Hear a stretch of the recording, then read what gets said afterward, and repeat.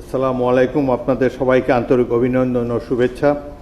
এখন আপনাদেরকে শপথ বাক্য পাঠ করানো হবে। আপনারা অনুগ্রহ করে দাঁড়িয়ে শপথ পাঠ করার জন্য অনুরোধ করছি। আমি সংসদ সদস্য নির্বাচিত হইয়া সশ্রদ্ধ চিত্তে শপথ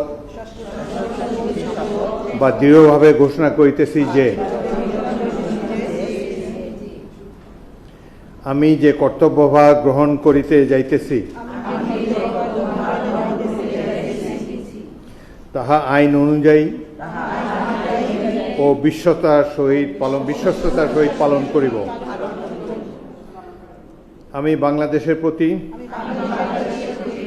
অকৃত্রিম বিশ্বাস ও আনুগত্য পোষণ করিব এবং সংসদ সদস্য রূপে আমার কর্তব্য পালনকে ব্যক্তিগত স্বার্থের দ্বারা